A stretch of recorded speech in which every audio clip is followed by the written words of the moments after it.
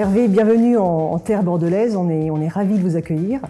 Hervé, chef de cave emblématique de la maison Lançon, est-ce que vous pouvez nous en dire un petit peu plus, nous présenter cette identité Lançon, ses particularités ? Oui, bien sûr. Alors Lançon, une très grande histoire dans le vignoble, sur les marchés. Quand on regarde le vignoble ou l'approvisionnement Lançon, donc Lançon a toujours été approvisionné à partir d'un grand nombre de grands crus et premiers crus, autour de 40-45% de grands crus premiers crus qui approvisionnent la maison. Donc ça, c'est le premier point très important. L'engagement de la maison aujourd'hui au niveau viticole, dans une viticulture de plus en plus écologique, on a une grande expertise que l'on porte pour notre vignoble et aussi auprès de nos partenaires vignobles. Le deuxième point très important, qui est vraiment indissociable de l'esprit Lançon, c'est la méthode de vinification. Lançon a toujours été, depuis 1760, fidèle à la méthode originelle de fabrication du champagne, en évitant la fermentation malolactique, puisqu'on va toujours avoir dans un verre de Lançon, quel que soit le vin que l'on va boire, que ce soit un millésime ancien, un millésime plutôt récent, ou même nos bruts multimillésimes, toujours cette notion de fraîcheur qui va être déterminante. Et puis le troisième point qui complète le vignoble, la méthode de vinification, c'est le temps. Le temps chez Lançon, c'est toujours très important. La gestion du temps, le temps que l'on attend nos vins. Et puis ce temps nécessaire à justement équilibrer toujours cette fraîcheur. Parce que même si elle continue à s'exprimer, elle est toujours parfaitement équilibrée par la maturité du vin. Donc c'est vraiment les trois points essentiels pour comprendre à la maison Lançon, cette notion de vignoble, cette notion de méthode de vinification assez unique, et puis aussi ce temps accordé à tous nos vins. Cette patience. Cette patience, c'est ça. Très patient. Justement, Lançon, vous avez une très belle gamme, une large gamme. Parmi cette gamme, où il y a un vin rare, un vin unique, le fameux Clos Lançon. Quand on parle de Clos, on pense essentiellement à la Bourgogne, mais la Champagne également. Alors, est-ce que vous pouvez nous expliquer ce qu'est un Clos en Champagne ? Alors, un Clos en Champagne, c'est, d'après la législation, un vignoble ou une parcelle qui est ceint de murs et qu'un homme à cheval ne peut pas franchir. Et plus précisément, je pense qu'un Clos en Champagne doit répondre à plusieurs critères, un critère historique, un critère géographique et puis aussi un critère de vin. Et le Clos Lançon s'inscrit parfaitement dans cette lignée, avec donc une grande histoire, puisque la parcelle fait face à la cathédrale de Reims, là où les rois de France ont été couronnés. Et ce Clos a vraiment beaucoup de personnalité, parce que quand on le déguste, on fait un peu un voyage dans la parcelle. Sa générosité nous évoque un peu le microclimat qui règne sur cette parcelle. Et la générosité en bouche, le côté velouté qui donne ensuite une fraîcheur absolument remarquable, nous renvoie à cette craie qui est vraiment la craie nourricière de cette parcelle, puisque la vigne est implantée sur un sol parfaitement crayeux. Et de mémoire, le premier millésime de Clos Lançon, 2006 ? 2006, oui, tout à fait. C'est pour ça que je dis l'histoire, elle est très ancienne de par l'implantation de ce vignoble qui est là depuis très très longtemps. L'histoire est plus moderne, puisqu'en fait, ce Clos Lançon était vinifié pour accompagner les plus grandes cuvées de la maison.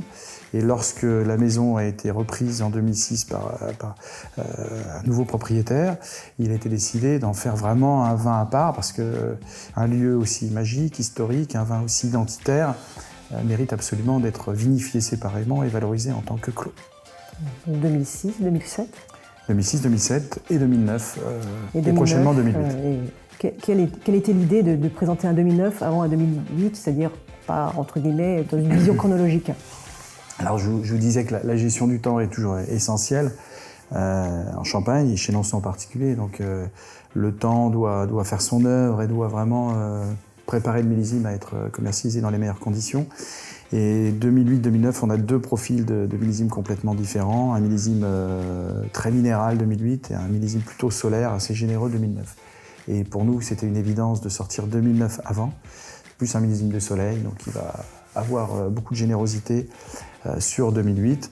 On est sur une fraîcheur qui est très saline, très crayeuse, et qui nécessitait une année de plus pour vraiment arriver à son optimum de vieillissement.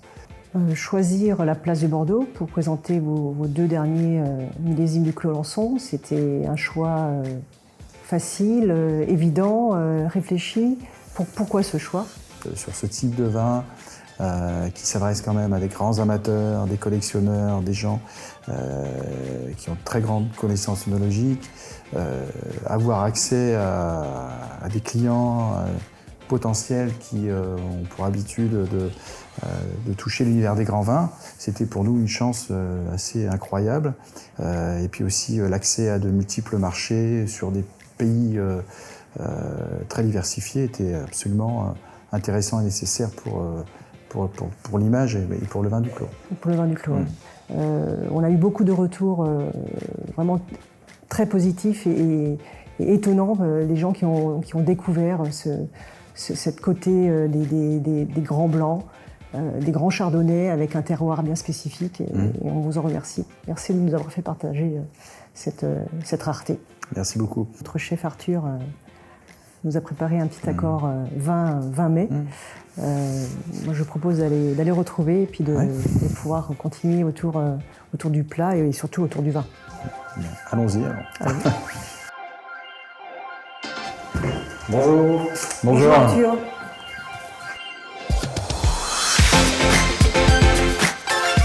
Je vous ai préparé 2 mises en bouche avec de la langoustine. La première, c'est un cigare avec un tartare de langoustine salicorne pour rappeler le côté iodé qu'on retrouve dans le Lançon de 2008, avec du caviar d'Aquitaine.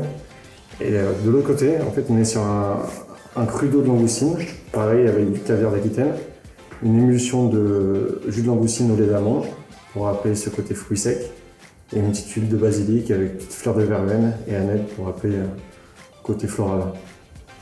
Tout d'abord, concernant le vin, ce 2008 est absolument remarquable. On a tout l'esprit du Clos, c'est-à-dire on est sur un grand chardonnay, c'est un blanc de blanc, 100%. Plutôt un chardonnay aujourd'hui qui s'ouvre sur des notes florales, tilleules, fruitées, plutôt la pêche, la poire, des notes également d'amande, des notes de fruits secs, petites noisettes, une petite pointe de fleur d'oranger. Donc l'aromatique très fine, très précise, à la fois généreuse. Et puis en bouche, on a vraiment une première touche très délicate, à la fois soyeuse, sur une aromatique bien épanouie. Et puis ensuite, on a cette fraîcheur qui arrive. Et quand on part sur des choses aussi pures, des tartares, des plats faits à partir de notes iodées affirmées, je trouve que ça transcende encore plus la pureté du vin. Voilà, ça confirme que ce millésime 2008, ça valait la peine de l'attendre. Plus besoin d'être très longtemps patient, puisque les grands amateurs auront le plaisir de pouvoir déguster Clos Rosson 2008 dès maintenant. Dès maintenant. Voilà. Arthur, merci. Merci à vous. Merci Arthur. Hervé, merci beaucoup. Merci.